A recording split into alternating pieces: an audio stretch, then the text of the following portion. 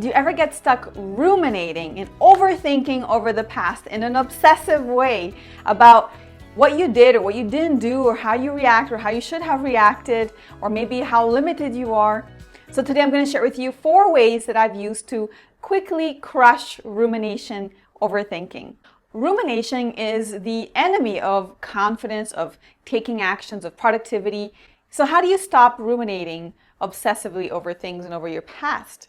So even though mindfulness and trying to look for distractions are useful to help you deal with rumination, they're not for everyone. Now, if you haven't already learned and to practice mindfulness in a regular way and to be focused in the present moment, to let go of those negative thoughts, it's going to be a little bit hard to use them to limit your rumination because it takes time to develop those skills. At the same time, if you look for distractions like TV, Netflix, social media, they may work in the short term, but they're not very productive and they're not a very good long-term solution, and they also create a bad habit. So you replace one bad habit with another, and that's not great.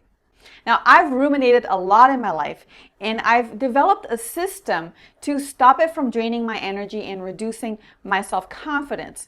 And that's what I want to share with you guys today. Because when you don't deal with rumination, you're going to waste your time, you're going to waste your energy on limiting thoughts. That's going to deplete your courage to do what's right, and it's going to increase your stress that is really not productive and not going to take you anywhere. So the goal is not just to better cope with stress and overthinking and having all these negative feelings that come with overthinking and ruminating, but also not allowing it to steal the zest for your life. You want to keep that zest. You want to stay positive. You want to keep energized. You want to remain productive. Obsessive rumination is a lot easier to stop when you shift your focus away from the other people and what they're thinking of you and all that stuff into future. So from the past into future-oriented activities that are going to improve your life and your career, right? Like focusing on your goals, on your plans, on your actions. And that's the basis of what I've used going forward. I'm going to give you examples of that. Before I get into the strategies on how to crush rumination, I'd love if you take a moment to subscribe to our channel by hitting the bell and the subscribe button below here on YouTube, because it really helps the algorithm to show the video to other people who might need it, and to make sure that other people can also be helped and supported. And I'd also, if you appreciate it, if you give it a like. Now I'm going to share with you 3 ways that I've used to quickly crush rumination without mindfulness and without having to resort to distractions. Here we go. Number 1, enlist support and problem solve. So I'm going to share with you a story. I was always generally a pretty good top student in school, but my first exam in college didn't go very well. The professor handed out the tests out to the students from the highest grade to the lowest grade. And there were about 40 students in the room, and they were just seated at their desks waiting for the professor to call out their names in front of everyone else. So we were obviously very anxious. This was our first exam, and we didn't want to be called out at the end, because that means that everybody would know that we had a lower grade than everybody else. It's all about the comparison, especially these kids. We were about 17 years old, and these were our first months living away from our home, so we didn't want to be labeled and seen as our colleagues and classmates as a loser or less smart than others. I didn't know that would be the evaluation methodology, but I knew that I didn't do that well on that exam. I didn't know how poorly it was, but I knew that it wasn't great. So I waited for my name to be called. The other classmates were already comparing notes. It seems like everybody had their test scores. They were celebrating their high scores, and they were asking me, right? Hey, where's yours? Where's yours? And I didn't have it. The professor finished handing out the exams, and he didn't say my name. And so I started to think maybe something went wrong. Maybe he lost my exam. But then after he finished going through them, he called me out and said, "Ivna, please come see me before you leave the classroom." Wow, that hit me. I was so petrified. This could not be good. So I waited for the other students to clarify their questions with the professor and leave the room. Once everybody was gone, then I came to talk to the professor. He asked me, "What happened? Is there anything wrong with you, Ivna?" And I said, "Not really. Why?" And he said that I got everything wrong. I got a 0 in that test, and that everything was just wrong. And I was so ashamed of that. I had no idea It was that bad. So my confidence went to the floor. I was sweating. I was speechless. I felt like I did not belong in that school. It's a very good school, very competitive university.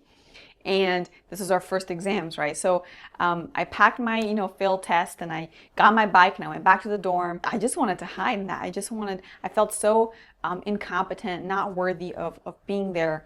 And I felt really stupid, really. So I ruminated over that super anxiety that I was having, of a lot of self-doubt, and thinking, well, maybe I'm not good enough. Maybe I'm not good enough. How could I have done that? Why didn't I study enough? Like, what's going on? What's wrong with me? And by the time I got to the dorm, I had managed to energize myself. I shifted my thinking. Around this problem. I noticed, okay, maybe that I hadn't studied enough, and that I couldn't manage college in the same way that I was managing high school and school in general, because college was harder. Right now, I was with the top students of engineering in the country, so I needed to step up my game. So I had that shift in mindset. So I sat down and I immediately started to design a plan of what I was going to do to overcome that weakness.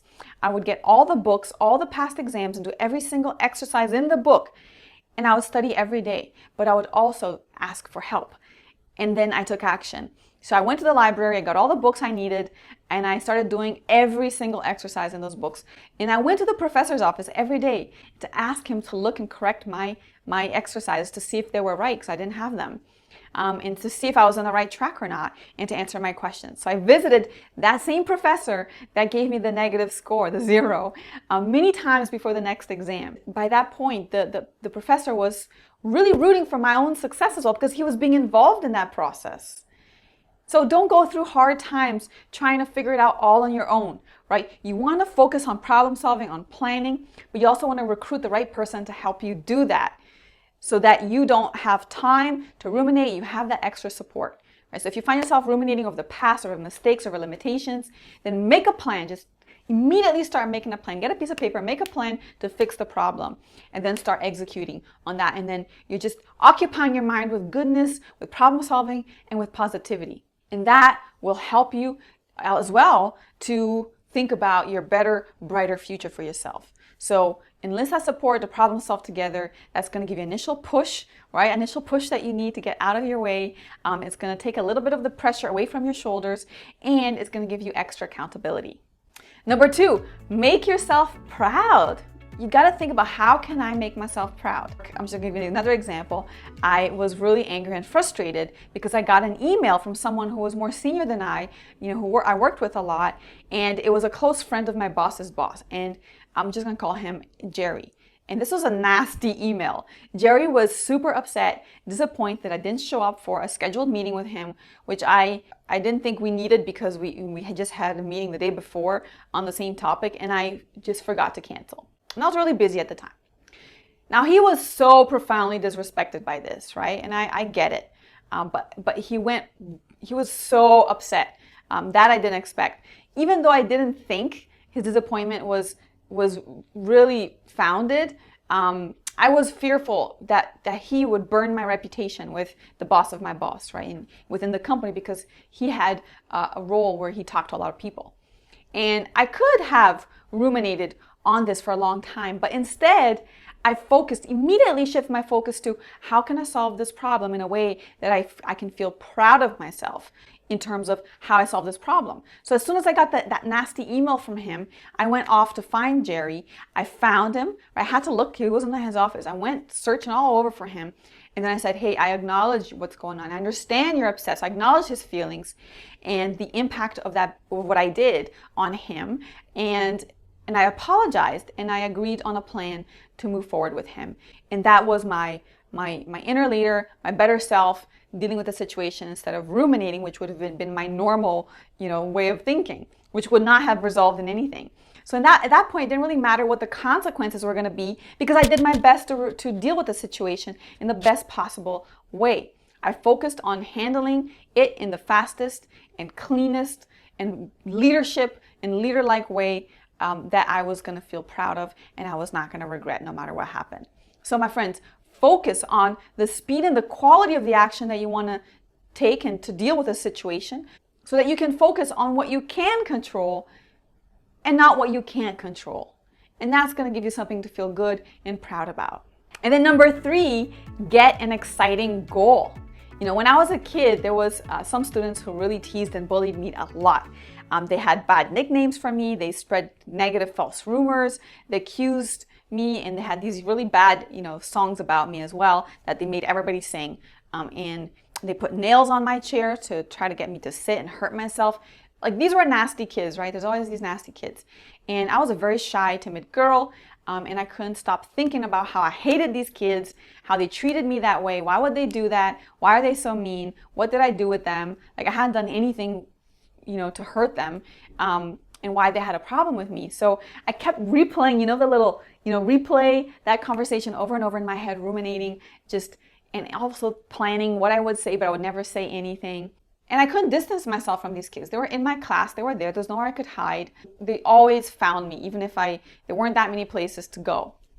So what got me away from that and being constantly in that negative mindset was studying a lot and focusing on dedicating my mind to my big dreams, on the studies, on the topics that I was learning, on getting into college, and all of those things, on those big projects, on those mind goals that I had, right? So if you feel yourself ruminating, get really, really, really crystal clear on what exciting project or what exciting hobby or what is it that you really love doing, or what are the things that you really want to achieve, and then get into that.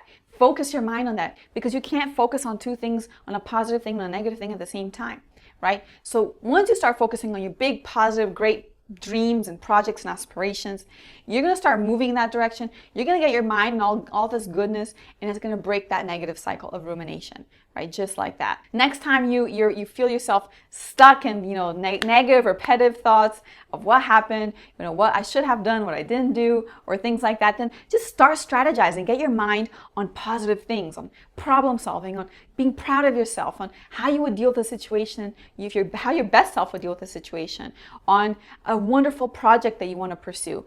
In that state of mind, the rumination is dead. It cannot live. Overthinking cannot live, because you're giving your mind to something more productive. And it's going to help you move towards a better future for yourself. And that's going to make you feel even more confident, even more positive, and even less focused on rumination and unproductive dwelling. So my friends, if you enjoyed this video, please give it a thumbs up, subscribe in the red button below, and share it with someone that you like. Check out on the link below. I put some links to free resources, including the 10 habits of assertive and confident communicators, and I think you're going to really like that. If you subscribe to my channel Assertive Way, then you'll get weekly videos with tips just like this on how to be more confident, how to speak up at work, how to have great confident communication, how to get ahead in your career, and all those related goodness topics for you. My friends, be confident, candid, and caring. Thank you so much for watching this video, and I wish you a brilliant, wonderful day.